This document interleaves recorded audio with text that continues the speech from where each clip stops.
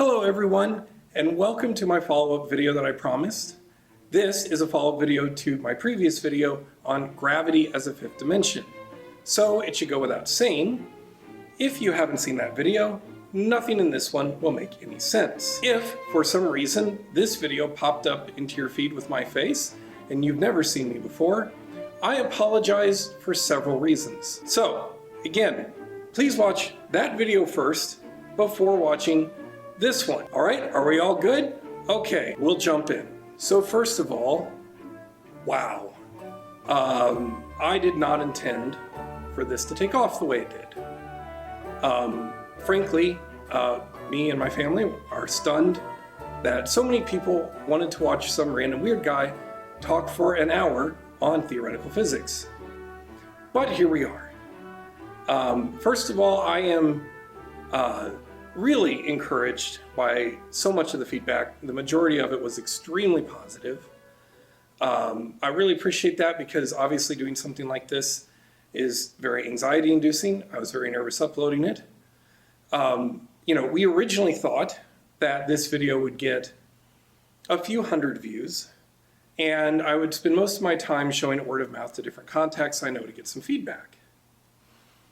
So that explains, hopefully, a little bit of the shoddy, rough around the edges quality. We were hoping that as we got feedback, we could find those errors and fix them later.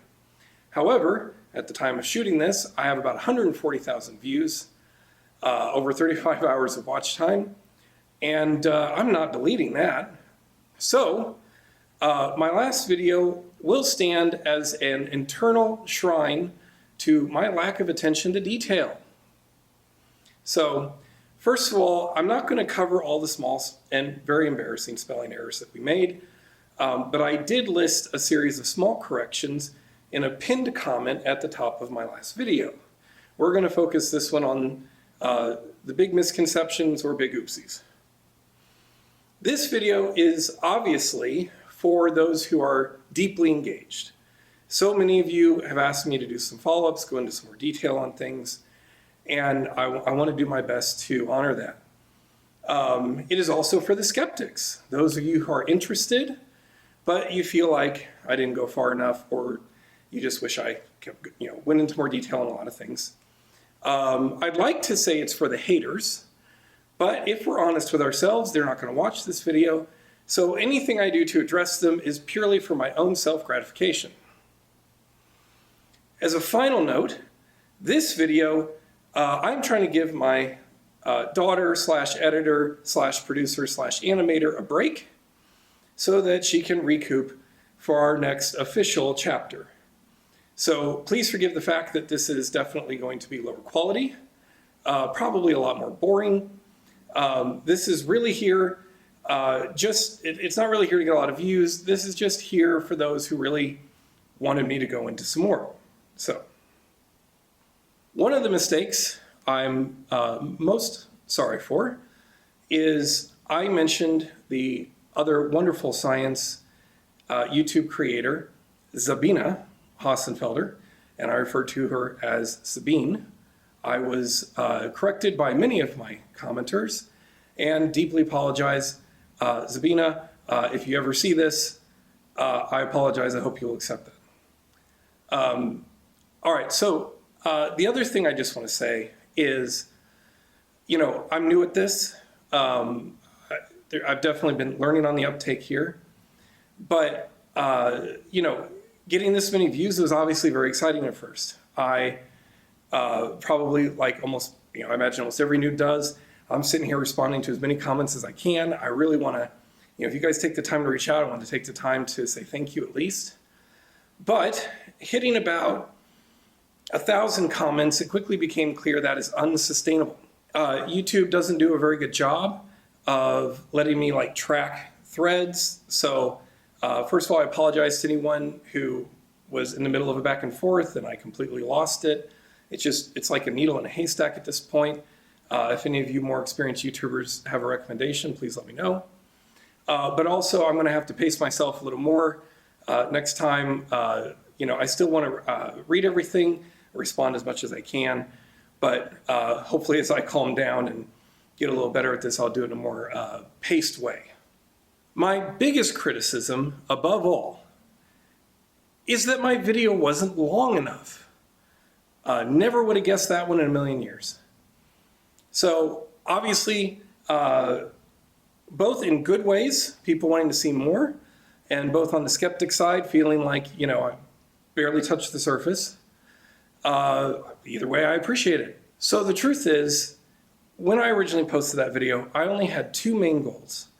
The first goal was just to see how the idea of thinking extra dimensionally and my approach to it clicked. I just wanted to see if it was user-friendly, so to speak.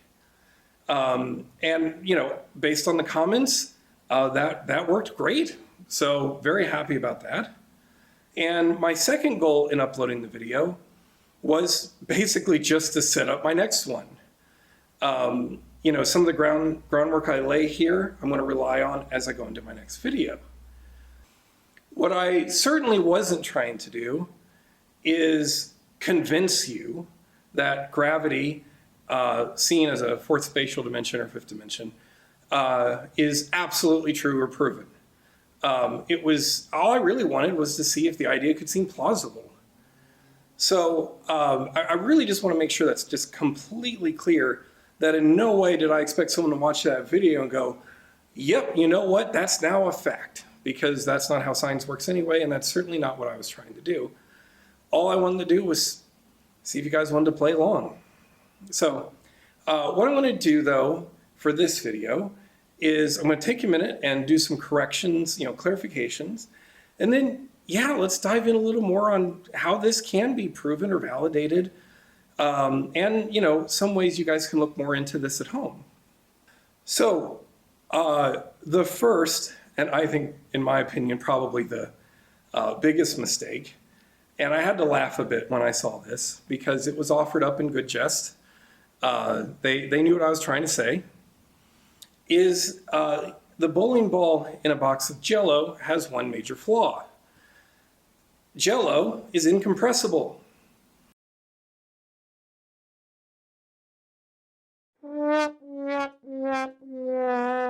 didn't even think about that.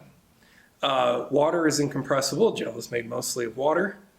Obviously, when we all think of Jello, we think of it squishy, but squishy is different than compressible. So I gave that some thought, and here's how I'm going to slide out by the skin of my teeth on that one. Technically, yes, Jello is incompressible. However, most homemade Jello, most of the kind of Jello we're familiar with, and especially whipped Jello, is full of air bubbles and is an imperfect colloid. So there's no reason to worry about that too much. My trusty animator did a very good job of making sure there are air bubbles in there. So, potato, potato, I think we'll slide on that one. All right, and now to the Tesseract. And I have to admit, I did not expect a Tesseract to be a point of such great contention. But before I dive into the problems with the Tesseract, I'm going to dive into some other questions that are very related around the 2D cube.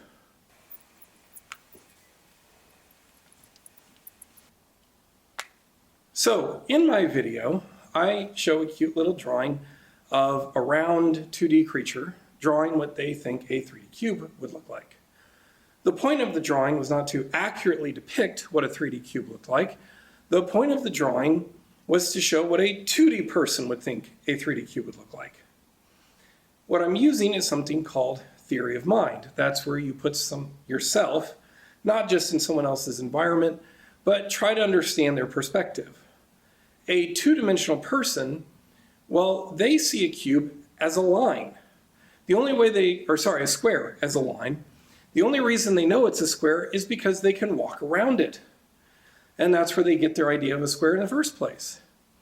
So using, for example, similar logic of what if a 3D cube is just a square stacked, they're probably just going to add squares on each side. They don't have really any other way to depict it, frankly. Now, some of you pointed out that the right way to draw a 3D cube on a 2D plane or in 2D is this, and this is the cube unfolded, or this, where we're focusing more on connecting the points and extending them outward. The problem with this is that a 2D creature would have to seen a 3D cube, really understand 3D, and then have the spatial awareness to unfold it. The other problem too is they'd have a hard time showing this off or explaining it to anyone else, because again, it's just a line, you have to walk around it. This one's worse, because with this one he has to go inside the square. And you know, he's on a two-dimensional plane, he can't do that. So if he walks around it, this square looks the exact same as a normal square to him. The point is, it's an exercise in empathy and creativity. So in the end, there's maybe some arguments they would have drawn it as a 9 block, but again, in his world, it would have just been a bigger square. You know, you got to play along a little bit. There's not necessarily a right answer to this. On that note now, some of you took great offense at my rather simplistic showing of a tesseract. I've gotten some links to YouTube videos of people who animate it a lot more complicated than we did. Sometimes you kind of have the inner square and the outer square switching places as it rotates. Sometimes they kind of have the tesseract move in a way that's almost like if you unfolded a 3D cube onto a 2D plane, but somehow a 4D cube unfolding on a 3D plane. There's lots of different ways people imagine fourth dimensional tesseract. The point here is that it starts with, every time, taking what we are familiar with and trying to extend it. There is no right way to draw a tesseract. We're just guessing. If you go on YouTube right now and look up Tesseract animations, you can find half a dozen varieties. You know, so there's no right answer here. Now, someone was really clever and pointed out that all these things we express as a tesseract, those aren't really tesseracts. These are just the shadow of a tesseract. And that's what we call getting smarter and still missing the point. So, if we want to continue debate on the right way to draw a tesseract, I recommend you call a meeting of the Tesseract Society. All of you come to agreement on what the right answer is for drawing a tesseract, appoint a spokesperson, and have them contact me. Okay, now, what I believe was the worst communicated concept in the video was concept number 7. So dimensional concept number 7.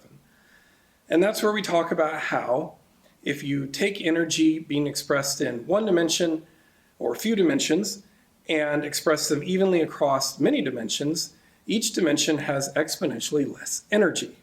I can see how that was very confusing wording. But before I dive into that, there's one thing that bothered people even more. And that was the way I described a nuclear bomb. So, I talked about how part of the way a nuclear bomb works is that we take a hydrogen atom and break it apart, releasing its mass. I don't think I said mass. Anyways, that was my point. I should have said it. Bottom line is, no, we don't literally break apart a hydrogen atom. I picked the example of a hydrogen atom because it was the smallest one. And the point in just saying breaking apart, again, is the idea that our goal is to get it to give up its mass, which I am postulating is energy being expressed in many dimensions. And then by releasing the mass, it gets expressed in our fewer dimensions, causing great destruction.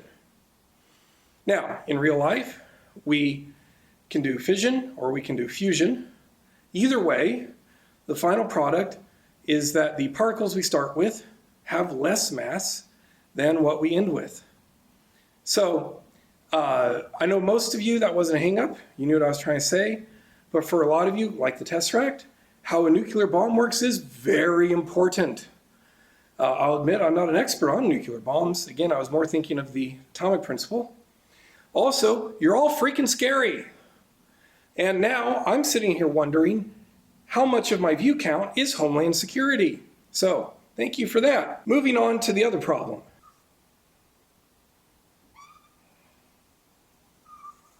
When I said that if you have force being expressed in a few dimensions, or many dimensions, sorry, and then bring it down to be expressed in only a few dimensions, we get an increase in force.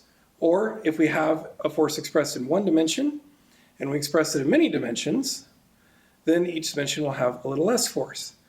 Again, difficult wording, I accept that. So we're going to show you a very basic example. What I've done here is I've drawn an arrow, and this arrow represents a one-directional force. If you want to, you can think of it as something simple as a bullet, a punch, anything, doesn't matter, just one-directional force. And I'm giving that force a generic value of 360. It's just 360 units of force. We're not going to get into specific which force or what exactly we're measuring here, because whatever I do, someone's going to leave a comment of, that's not the exact amount a bullet would have, or whatever. So we're not going to get into that. But again, just 360. That's the value of force in this one dimension. And since it's a force unit, we'll just give it the units FU. So, force units. So 360 force units in one direction. Now, we're going to take that one dimension, and now we're going to spread it evenly over two. If I spread it unevenly over two, that would be, basically a triangle. Just going out like this, or pyramid, I'm not going to say pyramid, that's three dimensions. Sorry. Two-dimensional force evenly is a circle. So, to spread this out evenly, I have to divide 360 by 360. Circle's 360 degrees. So I'm going to take 360, divide by 360, and I'm going to get 1. Okay? I have now 1 FU. And that's going to express itself evenly around the circle with little tiny arrows, because they're just that long, because they've been divided 360 times. Now, to be clear, this is not the right way, to do this. This is just conceptual. In reality, we would do pressure equals force divided by area. The reason I'm doing this in discrete units is it just makes it more visually easy. So, and also, please fill in for me that I got to put 360 tiny arrows in here. I can't draw that. That's too small. Now, if you imagine going the next level up to a sphere, taking this force now and spreading that evenly over 3 dimensions. Now, I got to cut each one of these 360 tiny arrows down to 1/360th that size, which is incredibly small. I can't draw it. Now imagine that over 4 dimensions, or 5, it would be so small, so much force spread out, expressing in such a small way, almost quantum.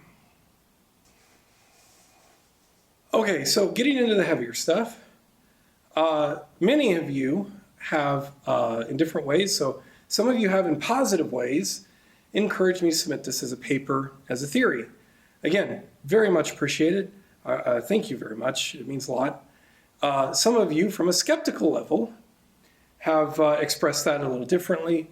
It was more like, how dare you, sir, talk about science without the full weight and endorsement of academia. But either way, a lot of people have asked me to put a paper out. So there's several reasons why I haven't done that. And the first one, can't say this enough, not really what I'm going for here. This was just setting a foundation. But another reason is this isn't all new. As I said in my introduction to my last video, a lot of people have been pitching the idea of extra dimensions. Klein probably got the closest for the longest there. It just fell by the wayside. All I'm really bringing to the table here is, like I said in my last video, an answer to the question, where is it? If we're going to assume it's here, how do we become aware of it? And that really was my sole focus. And on that note of not doing a whole lot new, The reason there's not a whole lot more math in it is because I'm not changing much of the math yet. Nothing in general relativity, well, almost nothing, we'll get to that in a minute, has to change for my interpretation to be accepted. And the reason for that is very, very simple. The reason is because general relativity maps the curve of space according to gravitational potential. If you map general relativity by gravitational potential, you get our bowling ball on a trampoline. By the way, I hope you guys like these cuts here because I'm trying to make sure you don't have to actually watch me draw on the board too much. All right, gravitational potential is just like potential energy in regular life, middle school physics. If I lift up a ball, its potential energy grows. If I let it go, it turns into kinetic energy. So potential energy is what current scientists have decided is the most significant factor of gravity by which to interpret the curve of space. And as we see, potential energy has golf rules. The lower the score, the better. So potential is going to be higher the farther away you are from a massive body, and it's going to be lower the closer you get. However, if you were to say time dilation or even acceleration is the more substantial representative of gravity, and you were to map space according to that, or the curve of space, you would get the bump. So this is potential, and this is time or acceleration. With one exception, as acceleration passes the surface of the Earth, it gets kind of weird in there, the way the equations work out, so it doesn't quite come to the end here. Also, I really hope no one walks by the office right at this moment, because I'm not sure what that looks like from a distance. The point is, as I said, interpretation matters. So again, the current thinking is gravitational potential. That's the thing we're focusing on. But you can do time or acceleration. If you actually go into the equation, you'll see you can flip it around. Not saying it's that easy. There's some things you got to adjust, but it's pretty much just go in the opposite direction. And the equations work out because you still have to calculate acceleration opposite the directions the gravitational potential graph is going anyway. So, all of you who sent me comments recommending to me beginners introductory courses to differential geometry, you're adorable. But I might say, dive into general relativity yourself, see if I'm right. So the point of my 5-dimensional equation here, starting with Pythagorean theorem and going up to past Minkowski spacetime, is a couple of things. First of all, at least for me, I kind of feel like the simpler the equation, the more persuasive, because there's just not as much to fudge or hide there. So, at least that's my thinking. Some of you think the more complicated the equation, the more persuasive. But really, I'm making an argument here for why time dilation is the most substantial element of gravity to focus on as opposed to gravitational potential. Now, I had a comment, and I'm not going to mention their name because I don't think they were being malicious, but they pointed out a potential problem with this, and I want to clear that up. So, I say W is this value right here. So, we basically take this and we fill it in here. Now, the potential problem with that is when I do this equation, this could potentially go on forever. As time passes, the distance between these two values grows, obviously, because you have one time here running at a faster speed, you have this time here running at a slower speed, so obviously they will get farther and farther ad infinitum. So that looks like, oops, maybe I threw that in a little too quickly, but that is not true, because if we were to calculate this for real, and again, it's not real because I had to make up a very hypothetical situation to do this, the distance or the amount of time that we would let this run is here. So whatever value this is, that is going to be the amount that we let this time run before comparing the two. And just as a quick note, I know there are more elegant ways to write this. Sorry to interrupt myself. Something I forgot to cover while filming this is that many of you pointed out that if you consider the units in my 5D Minkowski equation, it looks more like I have identified 2 dimensions of time and 3 of space, or 3 plus 2. Others have suggested it is more of a 3 plus 1 plus 1. What is important to clarify is that SI units represent the standard measurement we are comparing something relative to, and not necessarily the thing itself. In this situation, my entire video is making the case that extra dimensional interactions can only be measured in lower dimensions through relative time and motion. So my equation reflects the idea of measuring an extension into 4th dimensional space through the extra time taken to traverse it. That is why I am sticking with 4 plus 1. Creating a more consistent method of quantifying dimensions will require more discussion that is coming in later videos. Thank you. And I know for the whole thing, we could have written that as an integral. But what some call elegant, I tend to call obtuse, because I want as many people to be able to follow as long as possible. Now, because we just covered the 5-dimensional equation, I want to take a minute and read one of my favorite comments. So this was from Isaac, Seeker of Truth. In case anyone was wondering, I'm a physics PhD candidate, and I can verify that everything with the accepted science label is pretty accurately presented. I'll settle for pretty accurately. It is important to me that I'm not sitting here trying to spread misinformation. Now, obviously, I can't verify that he is a physics PhD candidate, but I have a good reason for believing him, and it's what he says next.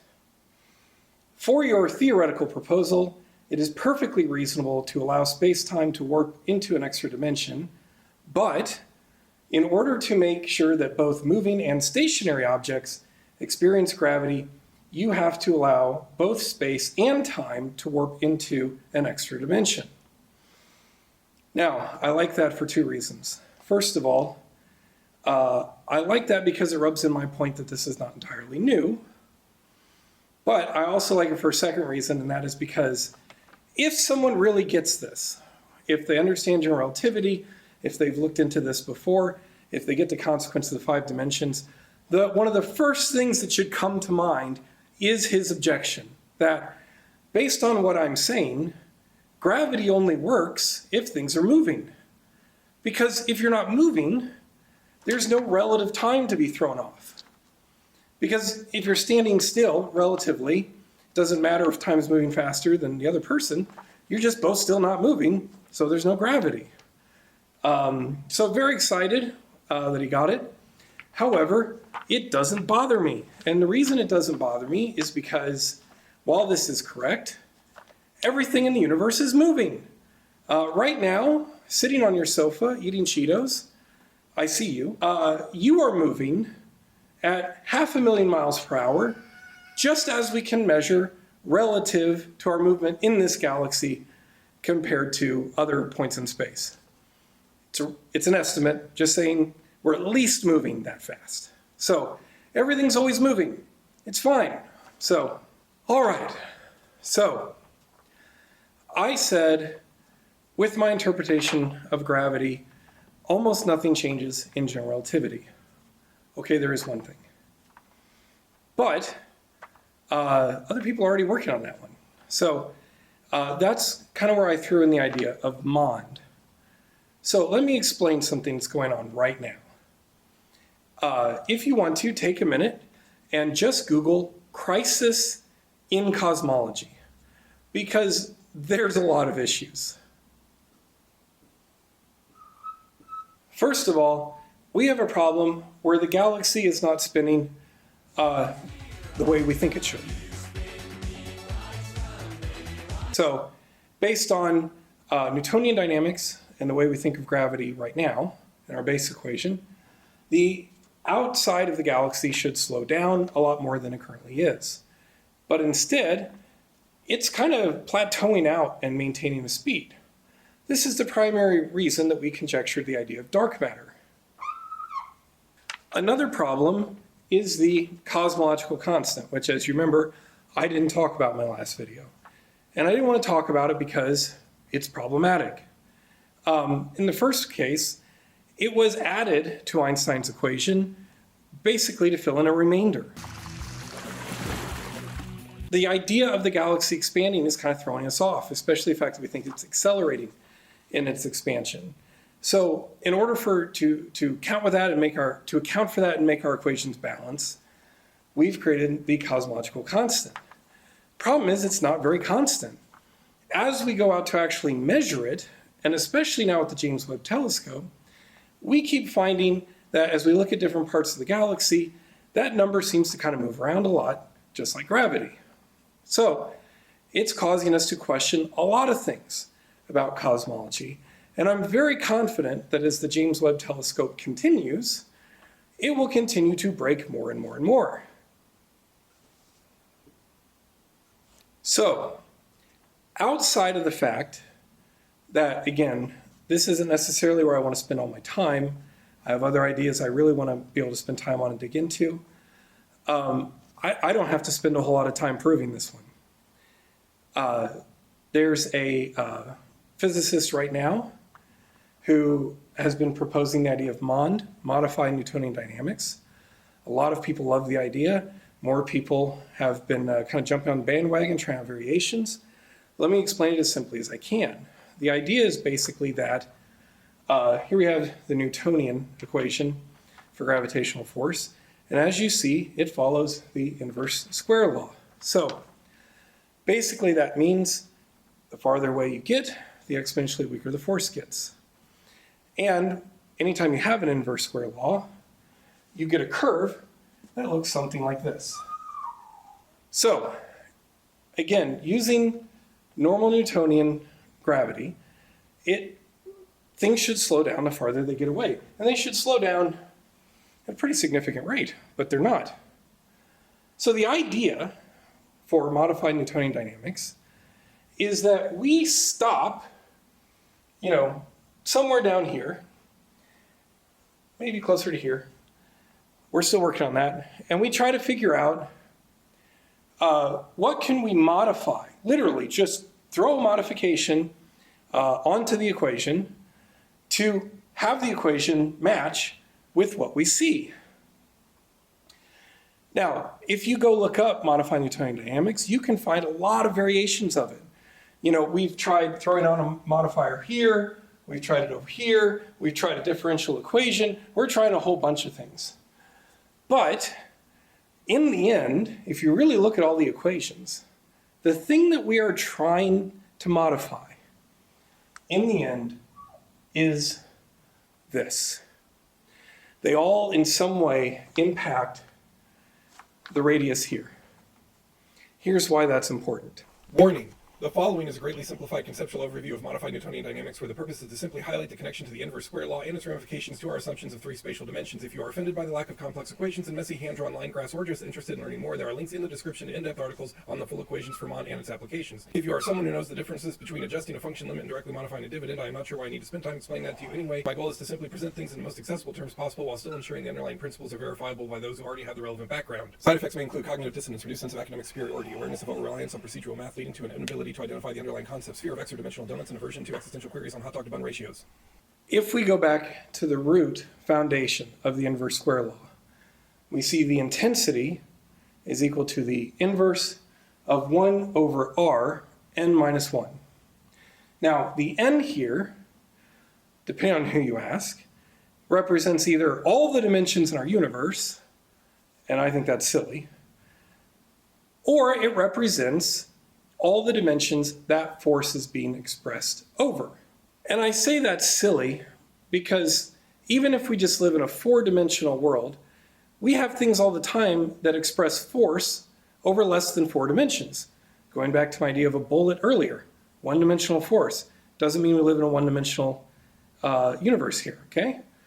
However, let's accept the idea for a minute that in conversations about gravity, that this implies how many dimensions are in our universe.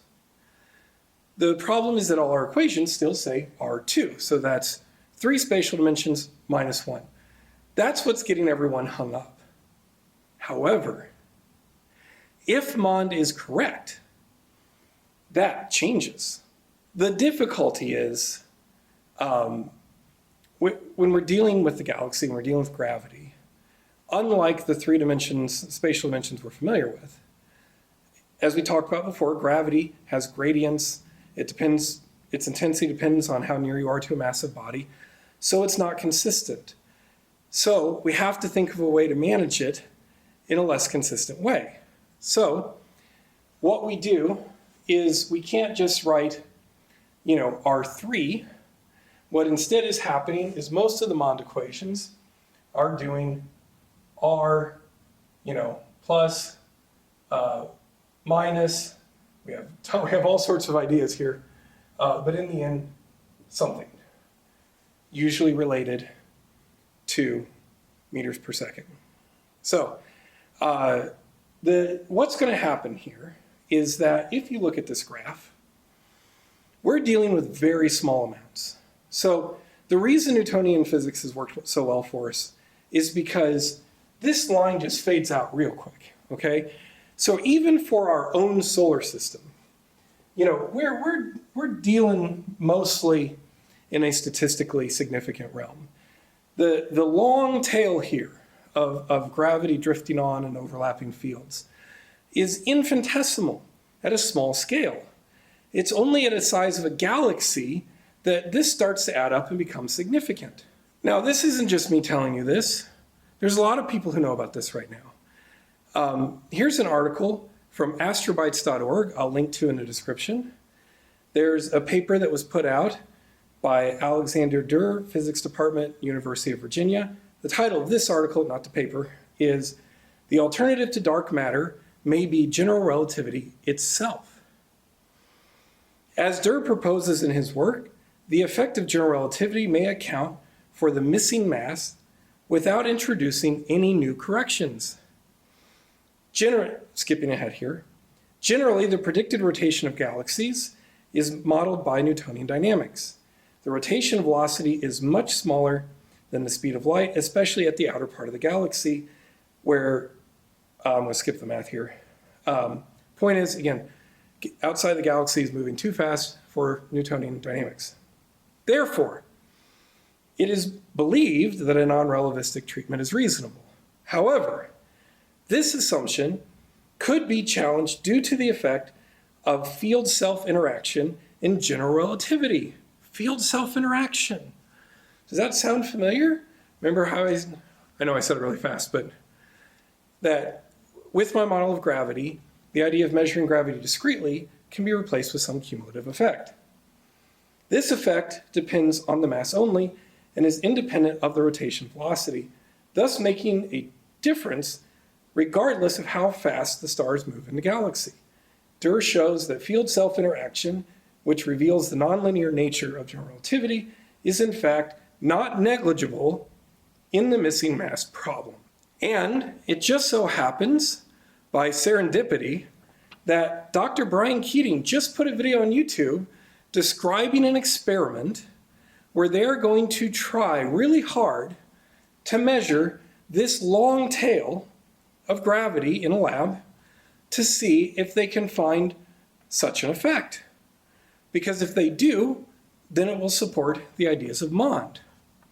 So the answer is, a lot of the things I'm recommending can be tested, but they're being tested. So you guys can just sit on this and wait a little bit, and we'll see how that turns out. For those of you wanting to play at home, in this case have a lot of time on your hands, there's another way that you can show and kind of validate these ideas, and that is through video games. I have already discovered that the people who get this concept the most are people who program video games. I already had one developer reach out to me and point out that he had to put 6 dimensions into his game to simulate our reality more effectively, especially movement and relative motion. However, as I mentioned, a 3D object only really exists in a computer simulation. That's why clipping errors and all that are so hard. So, it would be interesting to see someone write a physics simulator where the way you compute the weight and the motion of an object is through time dilation. In other words, having more massive objects, having to travel through slightly more space than less massive objects. Obviously, that would be extremely complicated. That would take a lot of work. And the other thing I guess to worry about is those are extremely tiny values that you're having to calculate and move up. But, I mean, computers can do ray tracing. I'm sure they could do that. So that's another idea. All right, now let me take this home to the grand conclusion. If there's a good science theory, it should be able to make predictions. Well, let me make a few for you. They are going to find that long tail they're looking for on gravity. It's their first experiment. They may not find it the first time, but they're going to keep looking. If the experiment's not sensitive enough, they'll know. We are going to find it. And when they do, it will make MOND look a lot more credible. However, then we are going to try approaching MOND, filling in that value, that modification value, and we are still going to struggle finding a value that perfectly matches up with every situation. And that is because this is not just a big old law that we can apply to everything everywhere and have it work. If displacement is involved, then we're talking about a much more complicated situation. We have to understand the nature of fourth dimensional space itself, how it moves, why it displaces, and it's probably going to take some combination of massive fluid dynamics and a lot of other factors that are frankly outside my purview. My strength is abstract reasoning and conceptual math. But the bottom line is, if you stay watching the headlines, you will see MOND continue to grow. But even as it starts to become a much more accepted theory, there's a bigger question that's going to come up, and that is why? We're still solving the problem by finding a remainder and just throwing it in to modify our equations. We're still not answering the question, but why is it happening? And that's the question I'm much more interested in getting to. However, it's going to take me a few chapters down the road because we have to go all the way from, cosmology all the way down to quantum mechanics. And I have to take a brief stop in between, especially for time. Thanks for taking the time again. For those of you that made it to the end, I still can't believe people are watching this, but I'll keep going. And I really did want to make this to show my thanks to everyone who's leaving comments and encouragements. I mean, again, I just really appreciate it. But the truth of the matter is I need to kind of go back in hiding for a bit.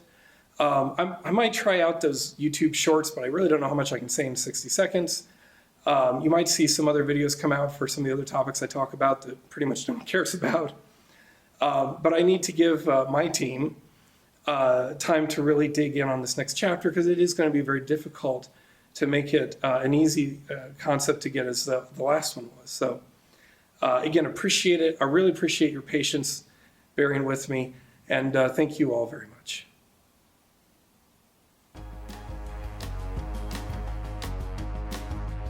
In someone else's environment, but you try to, gotta be kidding. The light thing still happens, damn it, my nose.